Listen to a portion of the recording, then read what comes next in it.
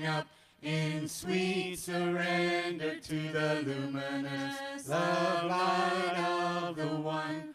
I'm opening. I'm opening.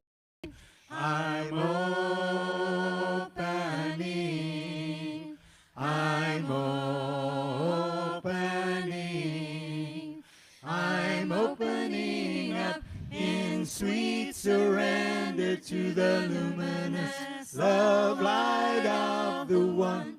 I'm opening up in sweet surrender to the luminous love light of the one.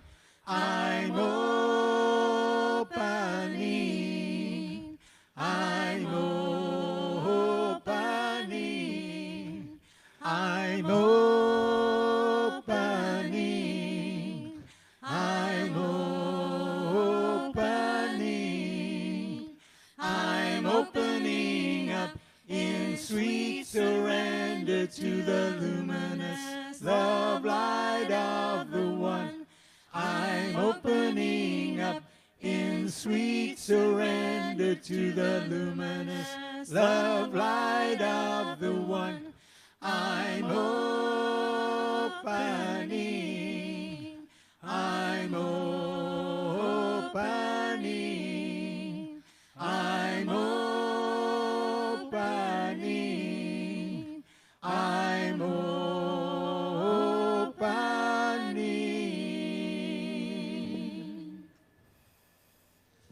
Good morning, and welcome to Unity of Louisville, where our mission is to transform ourselves and the world through love. And I'm Reverend Ray Nelson. I'm one of the ministers here at Unity of Louisville, and it is such an honor to have each of you here with us today. And if you're watching us online, it's an honor to have you check in that way. I was just thinking as they were singing, maybe we could get you guys on America Got Talent, because that sounded really good. Let's go. Yeah, there you go. Don't forget the $1 million, 10% comes to the church. So. All right, let's go ahead and open in prayer. Let's just take that laughter and set that in our heart. Because it is from that place of joy that we activate that gratitude. That gratitude to be here. Gratitude for a beautiful day. Gratitude on this Memorial Day as we honor all those who have served and made the ultimate sacrifice. Gratitude simply for being alive, simply for waking in the morning and breathing and walking on this beautiful blue-green planet. We connect with each other, hearts and minds connected, open and receptive to that living spirit of truth, to allow the music, the meditation, the message to inspire us and challenge us, to take what works and put it into our lives and allow it to transform us. And that which doesn't seem to resonate, to just set it aside and leave it. We are in an open and inclusive community that supports each and every person on their spiritual journey. And so from that place of support and knowing that you are welcome, we say, thank you, God. And can we say that together? Thank you, God. One more time. Thank you, God. Zeal and enthusiasm. Thank you, God. And so it is. Just a couple changes on our schedule. This is not Robbie Bartlett. This is Phil and Lisa. Robbie was called out of town and at the last second couldn't be here. So Phil and Lisa are our special music. Yay, thank you for filling in. Alex Rohleder was also called out of town, so we get our Daily Word Emeritus speaker, Zelda Spaulding, to be our Daily Word today. And Reverend Val is over at Unity East supporting that community, so we have our intern, Jim Ernstine, as our meditation today. And finally, he needs no introductions. I'll introduce him anyway. Our special guest speaker today, Gerry Boylan. Yay! Please stand and join us for our opening song, which I haven't done for about 5 years. It's called I'm Choosing Heaven Today. I'm choosing heaven today. I'm choosing heaven today. I am walking the road of heaven right now, singing, I'm choosing heaven today. Bliss. I'm choosing bliss today. I'm choosing bliss today. I am walking the road of heaven right now, singing, I'm choosing bliss today. I'm choosing love today. I'm choosing love today. I am walking the road of heaven right now, singing, I'm choosing love today. Joy. I'm choosing joy today. I'm choosing joy today. I am walking the road of heaven right now, singing, I'm choosing joy today. Life. I'm choosing life today. I'm choosing life today. I am walking the road of heaven right now, singing, I'm choosing life today. Thank you, and you may be seated. Unity is an inclusive, compassionate, prosperous spiritual community, seeing the unlimited possibilities in all people. So one of our favorite things to do on a Sunday morning is to welcome anybody who is with us for the very first time. So if you're with us for the very first time, would you honor us by raising your hand as I'm raising my hand, so our ushers can get to you and get you a packet of information and a candle. So keep your hand up for a second. They'll get to you eventually. The packet of information has some information about this Unity Church. It also has some information about the Unity movement in general. There is a card that you can fill out if you'd like to be in our database and take it downstairs and give it to it. We'd love to be able to stay in contact with you. There is also a candle. The candle is a gift from the congregation. So after the service, we can recognize that you're a first-time visitor and ask how may we be in service to you, how we might be able to help you. Point out where the restrooms are. That's always a good one. There's also an affirmation on that candle that says, when you light this candle, know that light, that Christ light already shines within you. And all that is important. But I think one of the most important things we say is that wherever you are on your spiritual journey, wherever that may be, you are welcome here. We welcome you, we bless you, we behold the living presence of God in you. Can we welcome our first-time guests?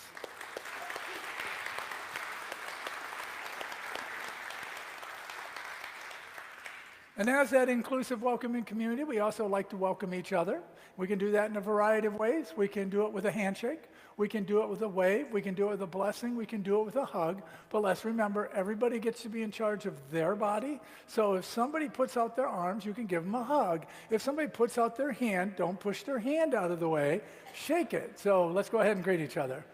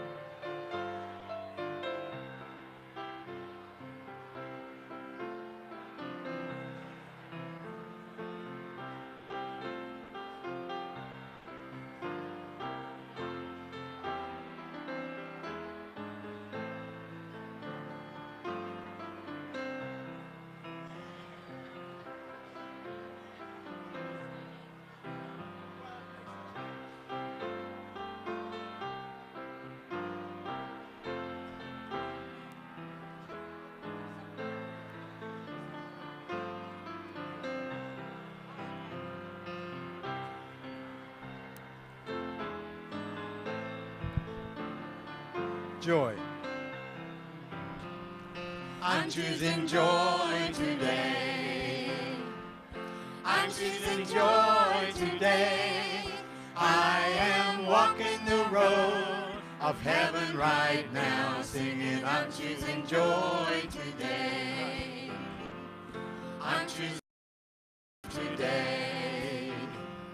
I'm choosing life today. I am walking the road of heaven right now, singing I'm choosing life today. Thank you, and you may be seated. Sometimes it's like herding cats.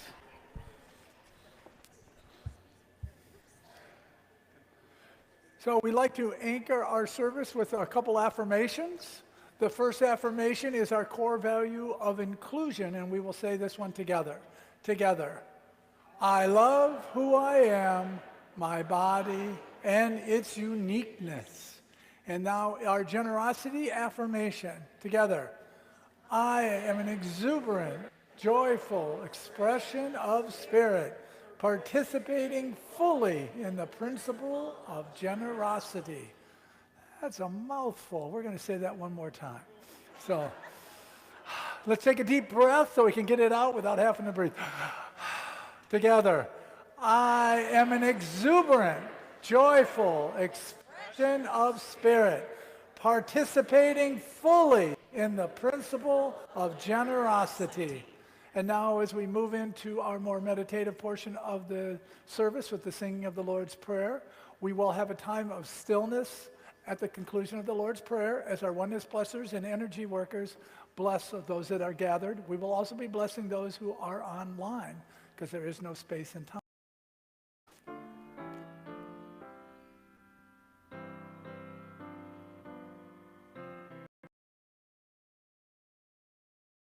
Heavenly Spirit, who in love abideth,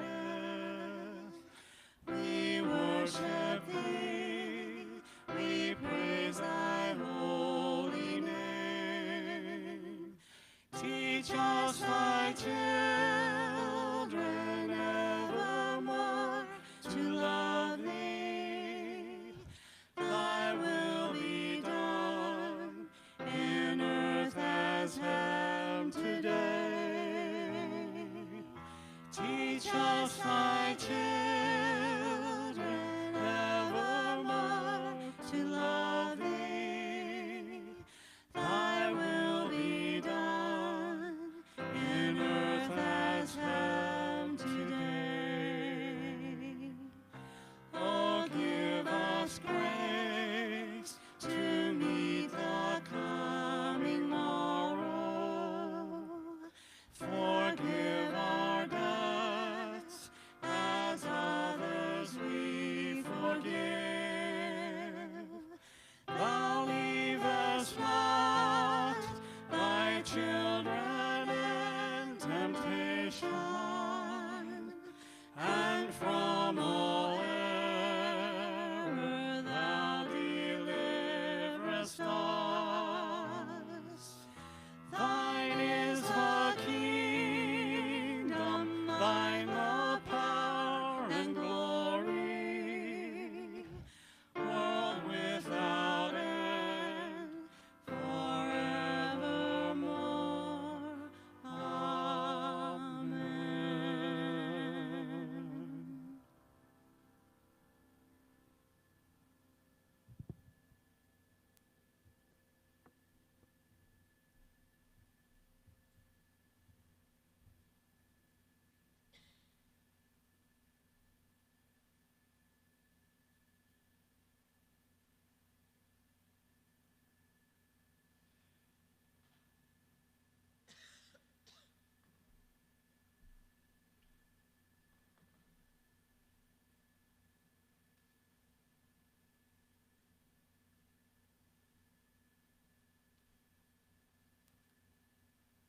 Amen. Amen. Amen. Today's daily word is in the silence. I find peace. In the silence, I find self. Rather than allow my mind to be easily swayed by outer circumstances, I look beyond appearances to the truth of my being. I do this by turning within to a place of peace, the silence. As the words in Christian Healing remind readers, to realize God, we must quiet our outer thoughts and enter into the stillness, peace, and harmony of spirit. When I turn within to pray, any negative or limiting thoughts dissipate. Here in the silence, I am one with Spirit. In this conscious awareness of my higher power, I recognize my spiritual attributes that are mine through divine grace. Here I find the strength I seek, the love that sustains me, and the peace to soothe my soul. As I move back into my day, I take those elements with me. I am renewed in mind and heart. Keep silence and hear, O Israel, Deuteronomy 27:9. And happy Memorial Day.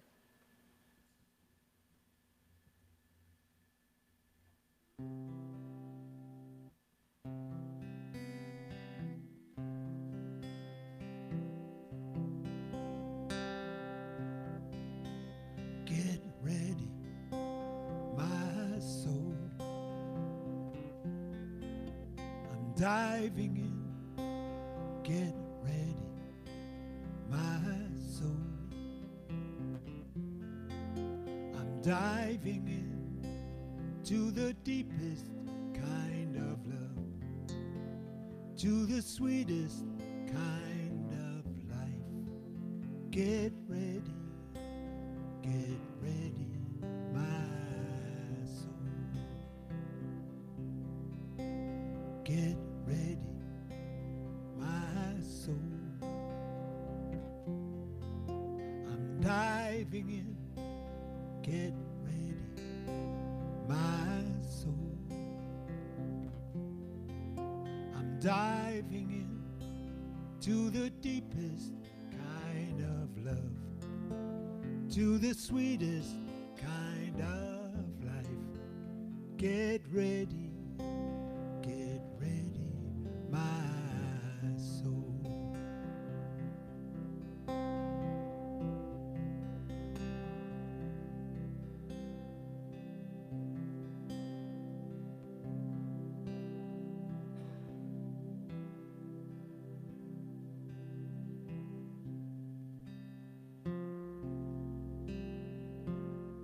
And as we get ready for this meditation time, we close our eyes, we settle ourselves into our seats,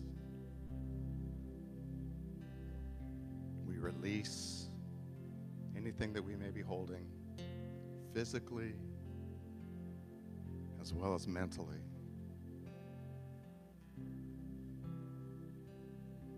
And we breathe.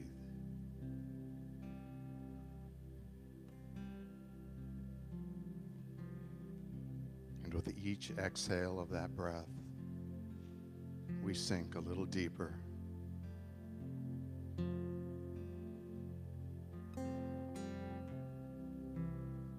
Knowing that we are safe, secure, and at home right here.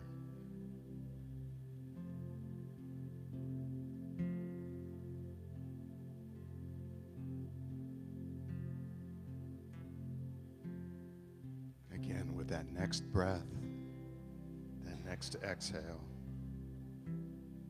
we relax a little further, finding our shoulders dropping down just a little bit more.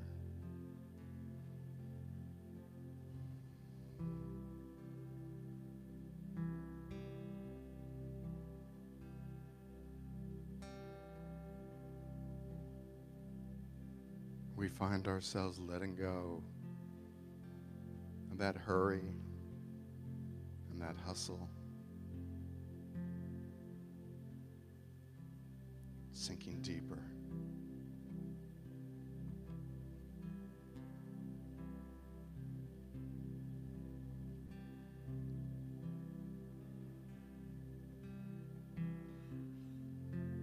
knowing that we are in the right place, the right space here and now. This is where we are supposed to be.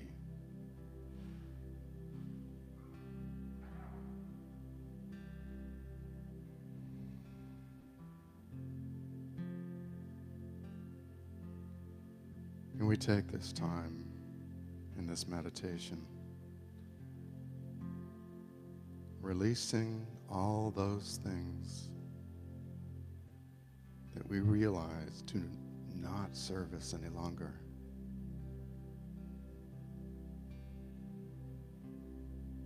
We simply let them go.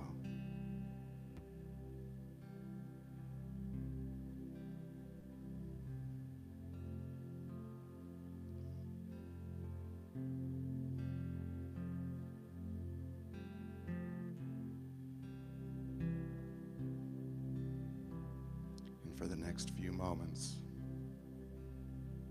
we move into silence.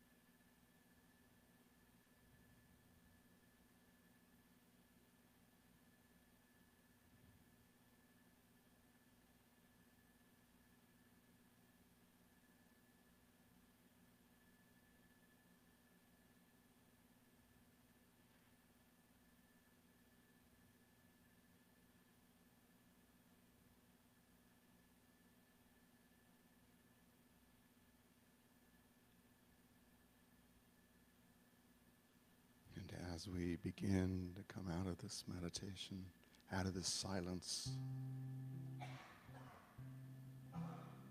we again hear that music. We allow ourselves to move around gently. Maybe another deep breath. And we take this time to notice how we feel. How has this meditation time changed us? A little bit of joy, a little bit of peace. Maybe you feel a little bit of love swell up. Simply notice that. And remember, you can take that with you the rest of the day. And if you haven't already, you can open your eyes, come back into this room. Namaste. Get ready, my soul. I'm diving in. Get ready, my soul. I'm diving in to the deepest kind of love, to the sweetest kind of life. Get ready, my soul. Get ready, my soul. Get ready, my soul.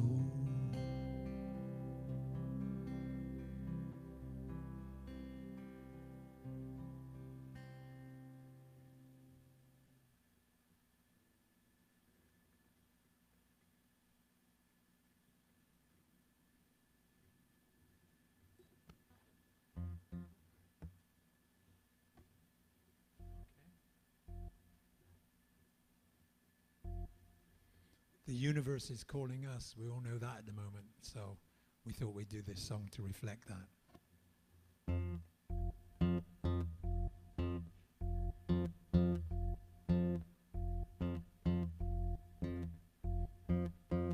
The universe is calling, calling, calling. The universe is calling me to be. The universe is calling, calling, calling. The universe is calling me to be. Sing it with us. The universe is calling, calling, calling. The universe is calling me to be. The universe is calling, calling, calling. The universe is calling me to be. The universe is calling me to be more than I've ever been. The universe is calling me to be. The universe is calling me to see more than I've ever seen. The universe is calling me to see. The universe is calling, calling, calling. The universe is calling me to be. The universe is calling, calling, calling. The universe is calling me to be. The universe is calling me to love beyond my boundaries. The universe is calling me to be. It's calling me to listen more, talk less, and hold the line. The universe is calling me to be. Yes, Right now.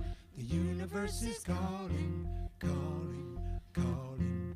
The universe is calling me to be. The universe is calling, calling, calling. The universe is calling me to be. The universe is calling me to sing into the heavens. The universe is calling me to sing. To sing like I have never sung in all my gifted lifetime. The universe is calling me to sing. Right now. The universe is calling, calling, calling. The universe is calling me to be. The universe is calling, calling, calling. The universe is calling me to be. Last time. The universe is calling, calling, calling. The universe is calling me to be. The universe is calling, calling, calling. The universe is calling me to be. Calling me. Calling me, calling me, you and me. It's calling me.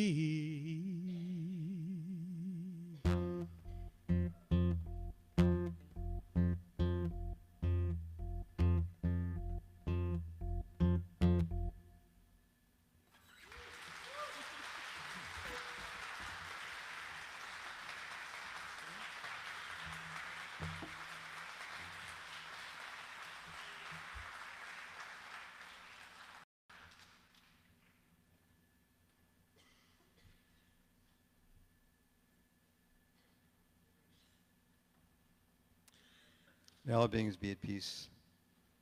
May all beings be free of suffering. May all beings remember who they are. Morning. If we were to condense all of the sacred books, all of the workshops, all of the lectures ever given on spirituality, and all of the lectures and workshops and books that are going to be written about spirituality, they all distill down into one very simple message. Remember who you are.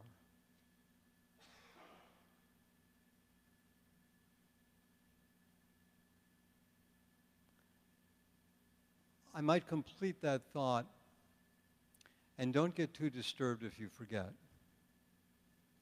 because your forgetfulness or my forgetfulness is actually part of the journey. But then I usually ask myself, you know, why is life so difficult at times? I mean, I don't ask myself that in joyful moments, but in difficult moments, it comes along, and there it is again.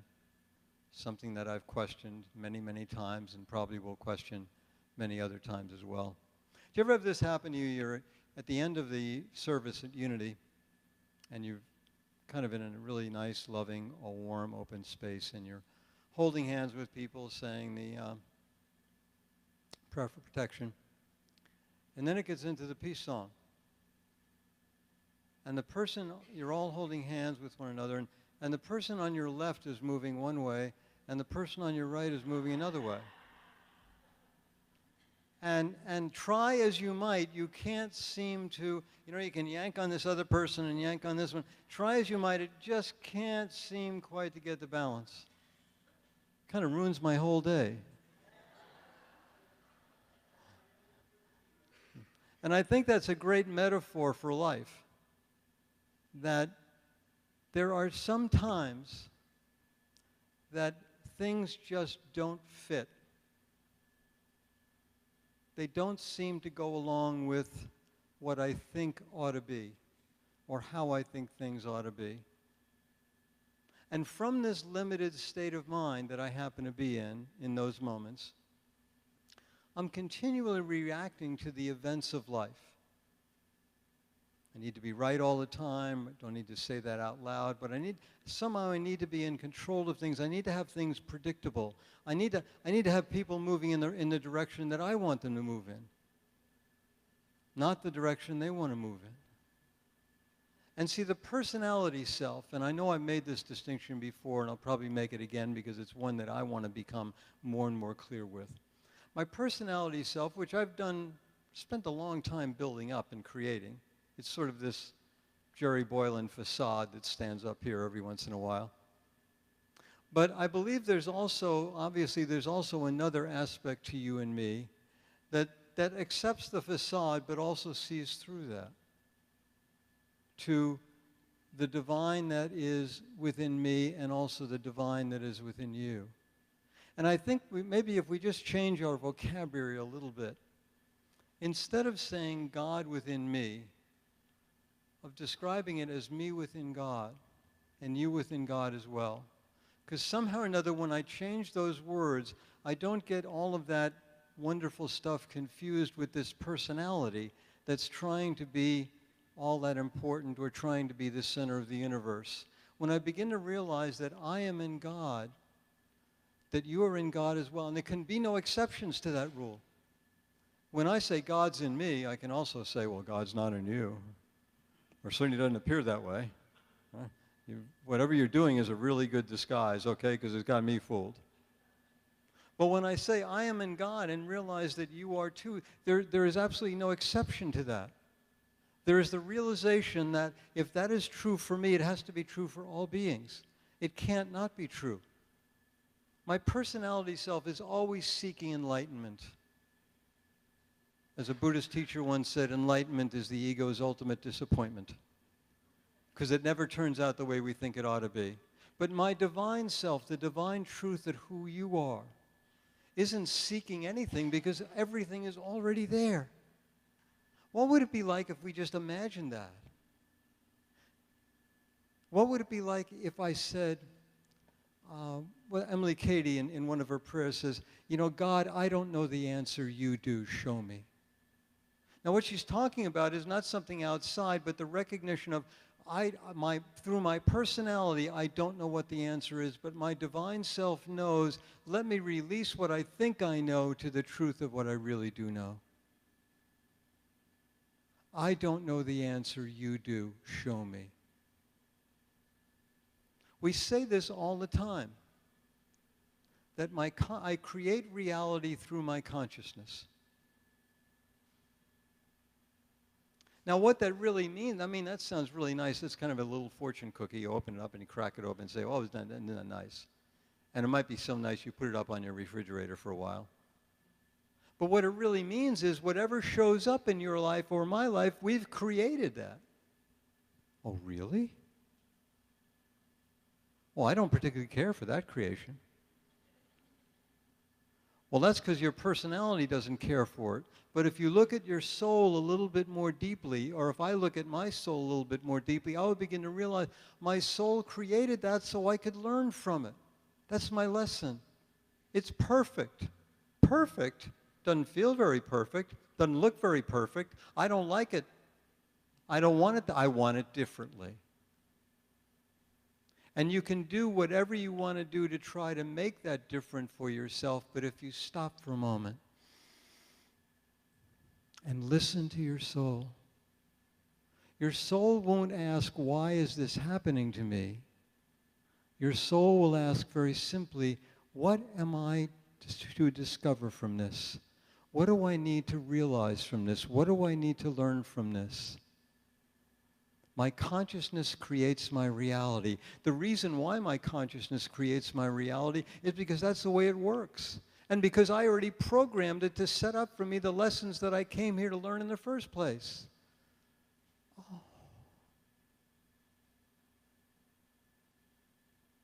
The story goes of Mullah Nasruddin, who's the famous character in all Sufi stories. That one day he showed up with a bunch of his friends with a new amulet around his neck. And his friends were asking him about it. What's that? That really is a nice looking amulet you have. What's it all about? He said, oh, you know what it does? He said, it keeps the tigers away. And his friends said, there aren't any tigers around here.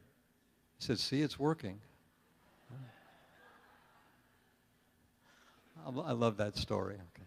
You can take that for whatever it's worth, all right? Because it keeps cropping up in my life, all right? What am I creating today that I have already programmed myself to learn from? What would it be like to realize that all of this stuff in my life is the creation of my soul's desire to learn and be free? Everything. Would I be able to approach life with a little bit more freedom?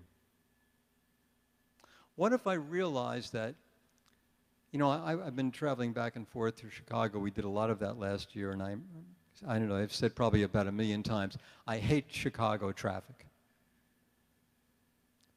Now what I begin to realize is Chicago traffic isn't doing anything to me. It's just being Chicago traffic. How I'm handling it is what's going on. So now my personality self wants to change Chicago traffic to suit me. My divine self says, oh, what do you need to learn from Chicago traffic? A whole different realm of awareness or truth opens up for me when I ask that question. I know I've used this example a couple of times before, but some of you, it deserves repeating. It's that old story, kind of a shaggy Zen story about the old Oriental man who has one son, and his prized possession was this wonderful stallion that for some reason runs away. And all the neighbors come and commiserate with him and say, oh, isn't that horrible, isn't that terrible, isn't that awful? And he says, you never know.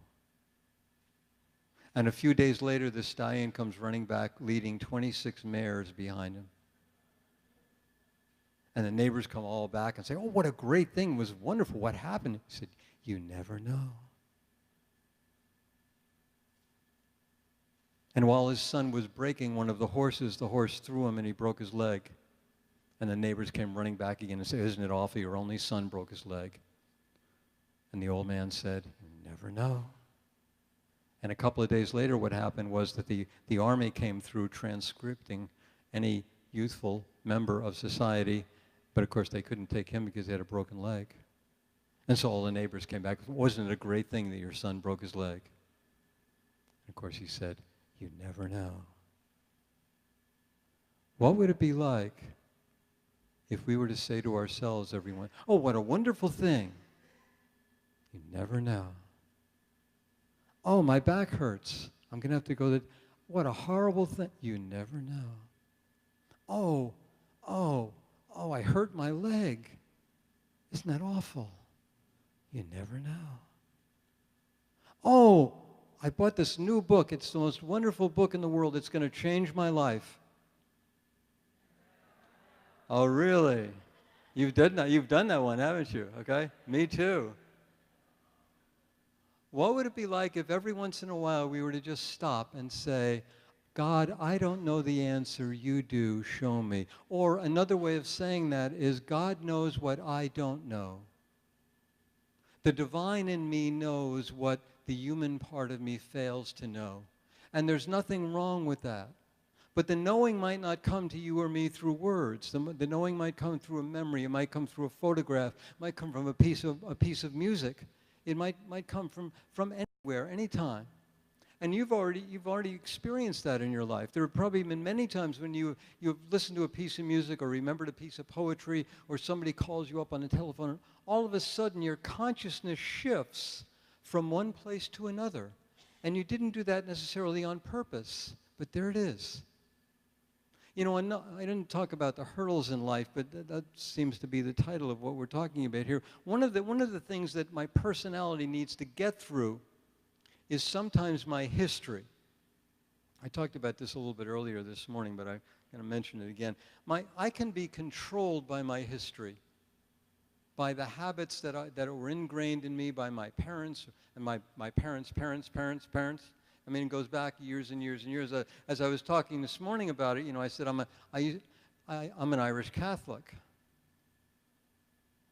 I could say I used to be, but I can't really say I used to be because it's part of my heritage.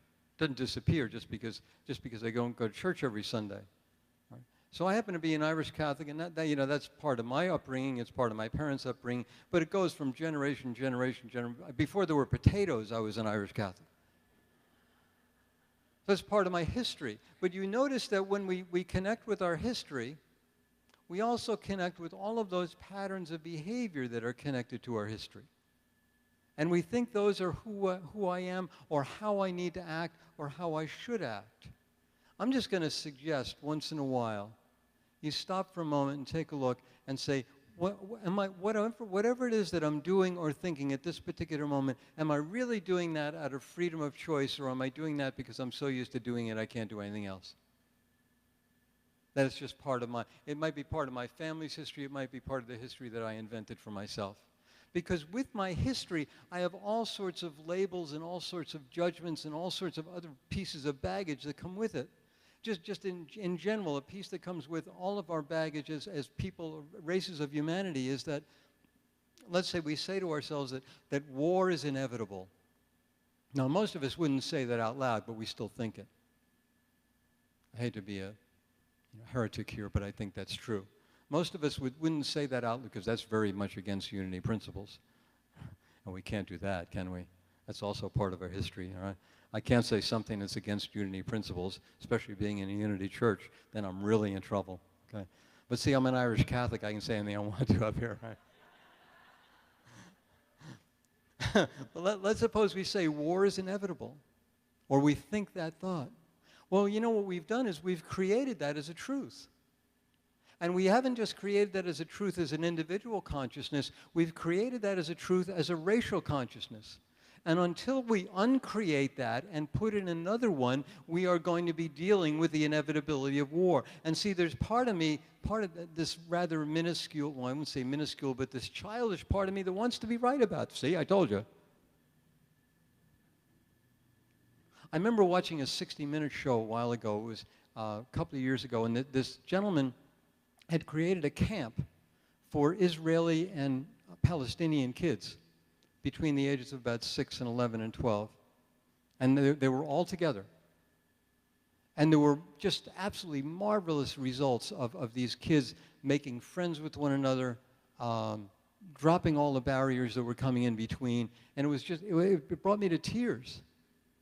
And the announcer, I can't remember who it was, looked at this guy who had started this whole program and said, yeah, but is it going to last?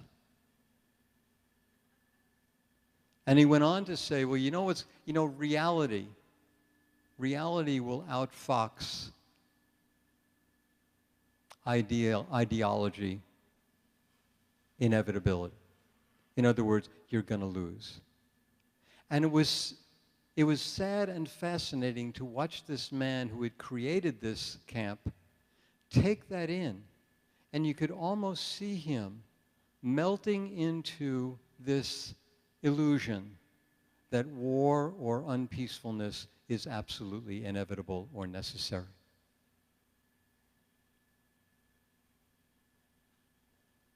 I'm going to suggest that perhaps we have done that with ourselves too. Do I need to do that? Can I change that one? Can I be a little bit like Mark Twain, who said, I'm an old man and I have many problems, but most of them have never happened. Can I be aware that most of the things that I am worried or concerned about are not real to begin with, are only manifestations of what I think is inevitable in my mind, but is also changeable if I choose to change it. Most of us think that we have a very low threshold of pain.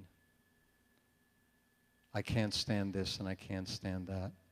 I had a teacher one time suggest to me, he said, you know, you think you have a low threshold of pain. He said, what you really have a low threshold is a low threshold of bliss. He said, you suffer more pain. In fact, you find ways to increase your pain through fear and worry and doubt without even thinking about it. But he said, I will guarantee you, if I give you 30 seconds of bliss, you will run and hide. You will have no idea how to handle it. And you know he's right. We've all had experiences where our hearts just opened up with joy for no particular reason. It's just, ta-da! You know, we can kind of feel it through your body. You can feel it in your mind. A wonderful song, you feel it in your fingers. I feel it in my toes. Okay, love is all around. I feel that all the way through me. And then inevitably, 2 seconds from then, you can say, well, wonder where that feeling came from. I'm not supposed to feel that way because I'm worried about this. How long can you allow yourself to be in a state of bliss without looking for some distraction? And see, that's I wouldn't say it's the unfortunate, I was going to say the unfortunate thing, but the difficult thing about being human is that what our soul longs for is to be in that state of bliss, of peacefulness, of however you want to describe it. And yet we have all of these seemingly contraindications to giving ourselves the opportunity to experience that. Once it comes along and says, okay, that's enough, time for the real world, got to clean the toilet, got to do dishes, got to do this, got to do that. As somebody once said, I don't need any outside enemies. I have perfectly good ones residing in between my ears. Did you ever have the experience where you were really worried and doubtful about something? It was really working on you. Doubtful, worry, fear, whatever it was. And you were really into it, trying to work it out, trying to look for solutions, trying to make it right. And then for some reason, something came along and distracted you from that fear or that worry or that doubt you were in. And you sort of, without consciously realizing it, you sort of let yourself be distracted. And you got lost in the distraction for a while. It could have been something very, very simple about cooking dinner or playing with one of your grandkids or being out in nature or whatever it happened to be. But you were just, and then there's kind of this split second of reality where you stopped for a minute and said, you know, a couple of hours ago I was really worried about something. And you can't remember what it was. And then, of course, you do. And you dig up all of that worry and that fear. Where was it a moment ago? It didn't exist. It wasn't there. It wasn't just that it wasn't part of your mind. It wasn't part of the creative reality that you live in. There was a movie years and years ago called Meatballs with Bill Murray. He was a camp counselor. And he was a camp counselor in sort of this blue-collar camp. And across the lake was this rich kids camp. And I remember they used to have this Olympics every summer. And the blue-collar camp always got creamed by the rich kids. And it used to last 2 days. And I remember the first day happened this year the same way it did the blue-collar kids got creamed by the rich kids. And he was on the bus. Bill Murray was driving the bus. And he said, you know what? He said, who cares whether they have their own masseuse? Who cares whether they have their own uniform? Who cares whether they've all got college scholarships? You know what? It just doesn't matter. It just doesn't matter. And he started pounding the steering wheel. And all the kids started coming in. It just doesn't matter. It just doesn't matter. And they carried that into the mess hall, and they were banging on the tables, and they were banging their feet on the ground. It just doesn't matter. It just doesn't. Wonder what that would be like. It just does. How many things that mattered 6 months ago matter right now? How many things that maybe mattered yesterday, you might not even remember what they were. You remember how engrossed you were. But when we begin to make changes in thinking in our lives, we begin to become more and more aware of what no longer serves us. And we begin to grieve that sometimes, and we begin to let that go. It's when I begin to realize what I talked about a few moments ago, that all of the stuff in my life, as somebody once said, all of the stuff in my life is my life. It's not getting in my way, it is my way. And it's my way not just because I created it, but it's my way because I created it because it was something that I promised myself as a soul, as a spiritual being, that this is what I need to learn. I'm going to suggest that despite what the title is, that there are no hurdles in life. That there's just life. And that life isn't something that happens to you and me. Life is something that we created. And we created it to learn and evolve and to grow from and with. And there's such a huge missing piece here that I come back to time and time again. It's what Emmett Fox called the golden key. Whenever you have a problem or a difficulty, instead of dwelling on the problem or the difficulty, dwell upon God. Shift your focus to where the answer really lies. Harry Chapin once said, "There's no straight lines make up my life, and all my roads have bends. There's no clear-cut beginnings, so far no dead ends." There's an old story that comes from the Hindu tradition, the story of the creation, the story of the gods. The gods created all of the wonderful things on planet Earth, and the last thing they created was mankind. And one of the gods came up with the idea, said, you know, we need to do something very, very special for this part of our creation. And what they all decided to do is, I know what we will do. We will bless them with an awareness of their divinity. And they all thought that was wonderful. Let that happen for a while, and they observed what was going on planet Earth. And what they observed very quickly was that the human race began to abuse this wonderful piece of information, this wonderful piece of knowledge, this wonderful piece of truth. And they said, we're going to do something about this. We can't take it away from them, but we need to be able to hide it so when they're ready, they might be able to share it lovingly with one another.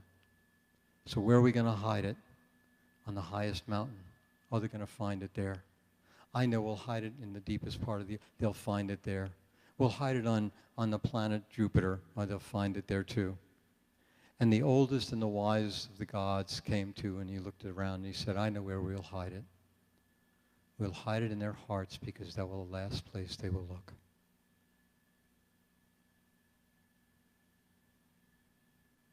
May all beings be at peace. May all beings be free of suffering. May all beings remember who they are. Thank you.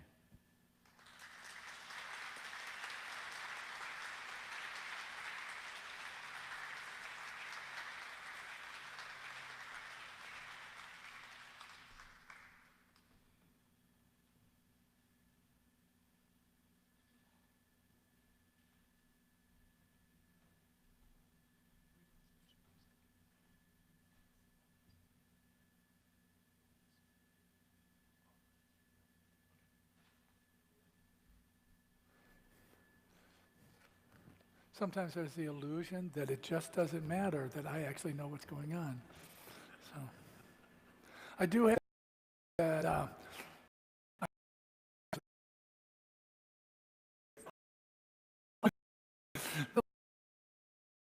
little differently. We're going to do a couple different songs. I'm going to do another meditation in a little bit, and you'll understand why. So we're going to do our offering now. So if our ushers can prepare to come forward. So I just ask you to just take a breath as we prepare for this time of giving, knowing that as a community we practice that divine law of giving and receiving, and that we give from our heart where we are spiritually fed. We give from that place of our abundance. We give from that place of our generosity.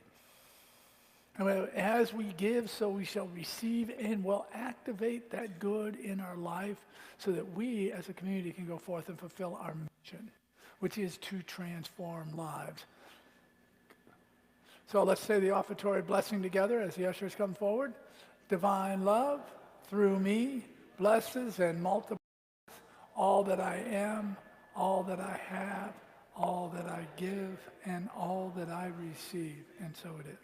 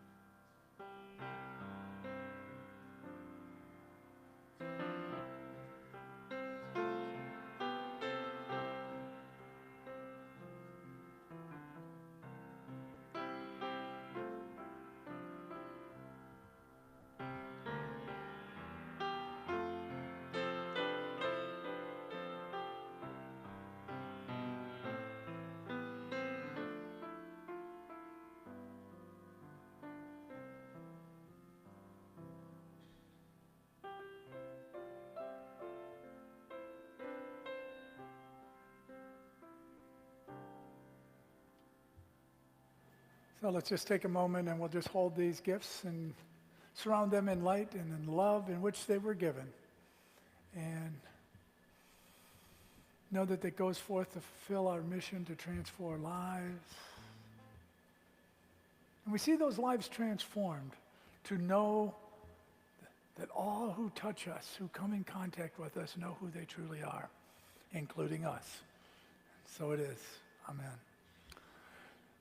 So last week we've been part of this whole, for those who are new or those who have been here for a while, our whole last year has all been about buying our new building. And for the last few months, we've been part of what we call a generosity initiative. And I'm going to tell you why we're calling it a generosity initiative instead of a capital campaign. Our consultant said he doesn't run capital campaigns. He's a Southern Baptist. This is going to surprise you. He's a Southern Baptist minister. He says, we don't run capital campaigns because capital campaign says you don't have something that you need, and there's no needs in God.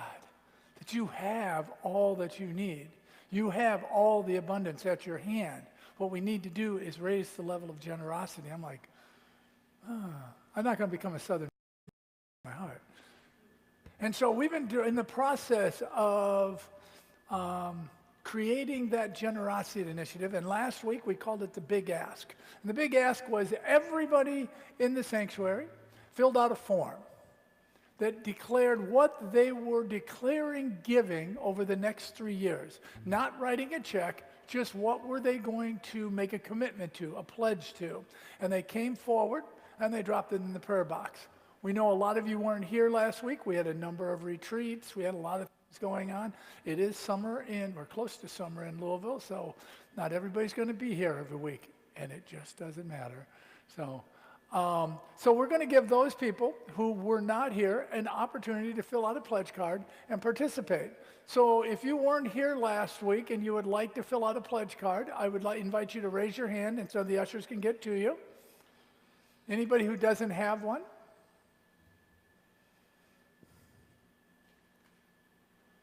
And just keep your hands up for a second. And John's behind you, Gary.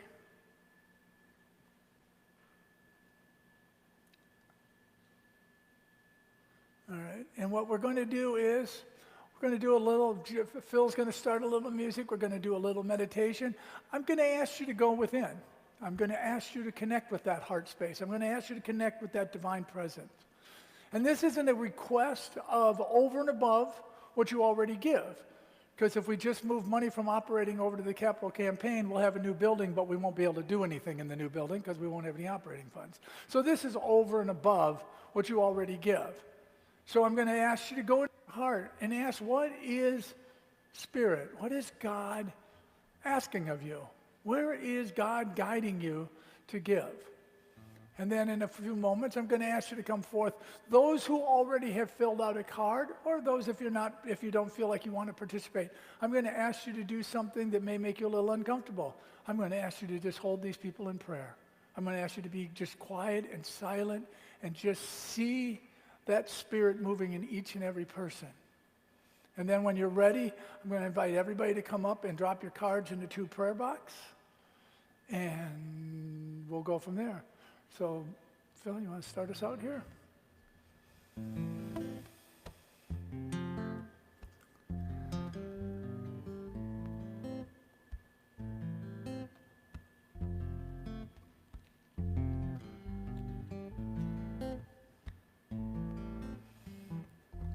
There is a deep gratitude in serving our spiritual community, a community that has enriched our lives in so many ways. From lessons and principles that guide me to the friendships and connections we share, we are truly blessed. And giving back is a sacred thank you. We hope that this initiative sparks a light in you and others to acknowledge this amazing community in the way that our facilities and our people unite us for caring for what we have and creating room for growth. Every gift, large or small, makes a difference. We are holding the thought in mind, and we ask that you join us, that as a community, we move forward knowing that we hold sacred space for everyone, wherever they may be on their spiritual journey. So as you connect with that divine presence, that place within, just ask a simple question and then listen. What is God calling me to? What is that amount? There is no large gifts. There are no small gifts. There are only gifts given with love. There is only gifts given with intention and commitment. There are only gifts given with Spirit's guidance.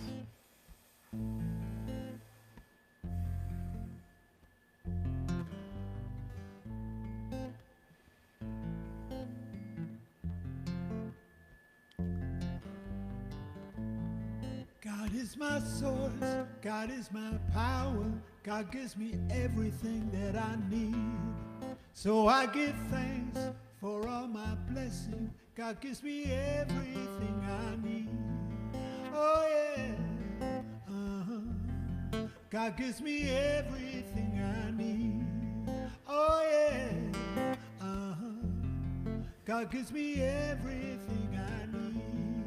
God is my source, God is my power, God gives me everything I need. So I give thanks for all my blessings, God gives me everything I need. Last time, God is my source, God is my power, God gives me everything I need.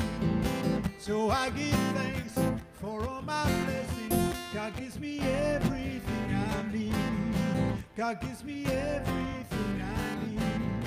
God gives me everything I need. God gives me everything I need. So I'm going to invite those people with cards to just come forward, place it in one of the 2 prayer boxes, and we'll just hold that space for you as you come forward.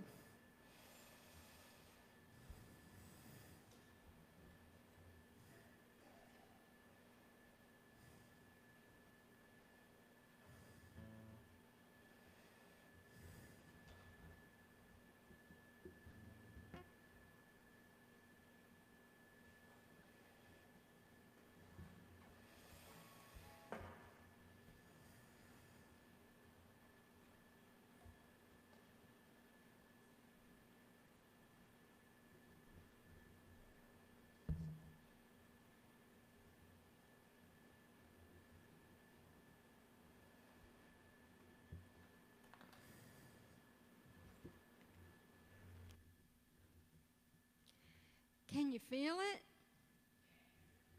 Can you feel it? Can you feel it?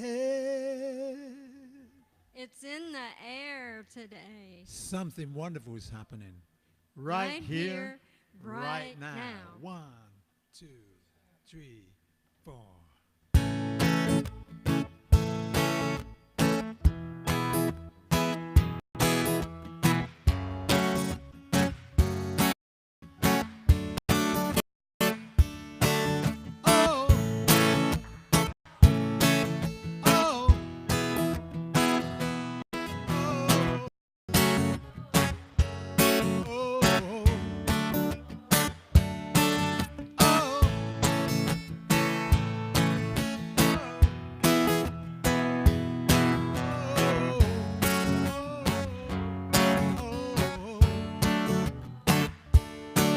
Something wonderful, something wonderful is happening to me right here, right now.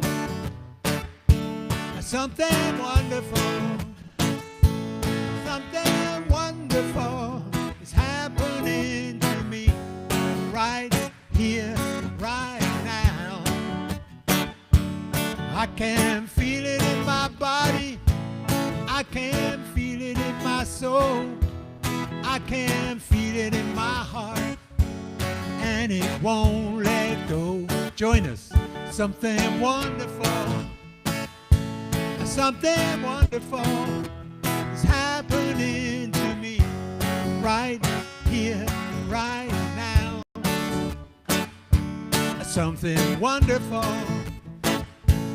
Something wonderful is happening to me right here, right now. I can feel it in my body.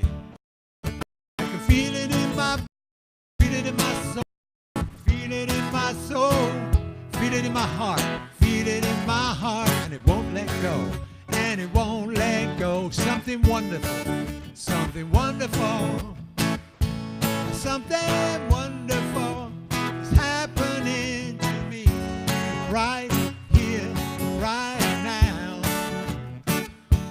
Something wonderful, something wonderful is happening to me right here, right now.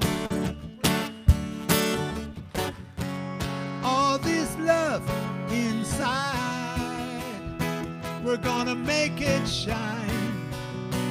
We're gonna make it shine.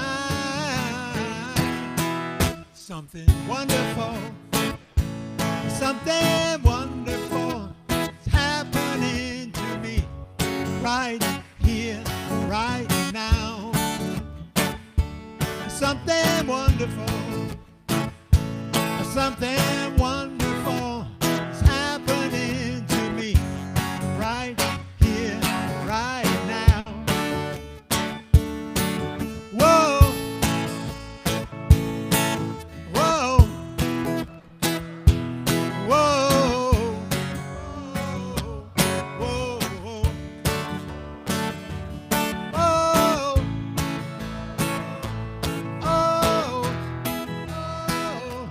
whoa,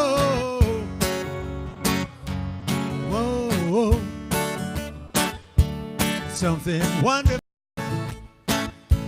something wonderful is happening to me, like sweet reggae music.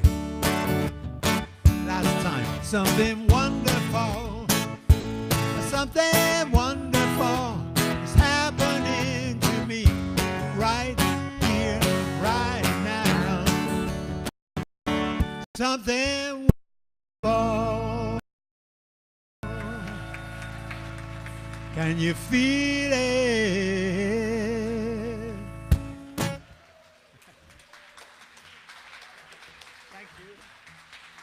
Just stay standing. We're going to do our prayer for protection, followed by the peace song. Just to let you know, next week, at the conclusion of the service, we will do the reveal of how much we have committed to. So there'll be cake.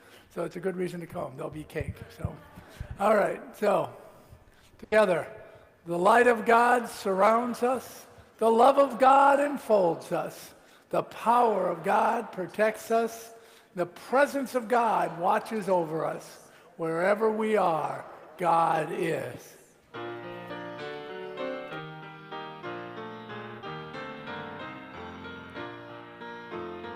Let there be peace on earth, and let it begin with me. Let there be peace on earth, the peace that was meant to be. With God as creator, united all are we. Let us walk with each other in perfect harmony. Let peace begin with me. Let this be the moment now. With every step I take, let this be my joyous vow.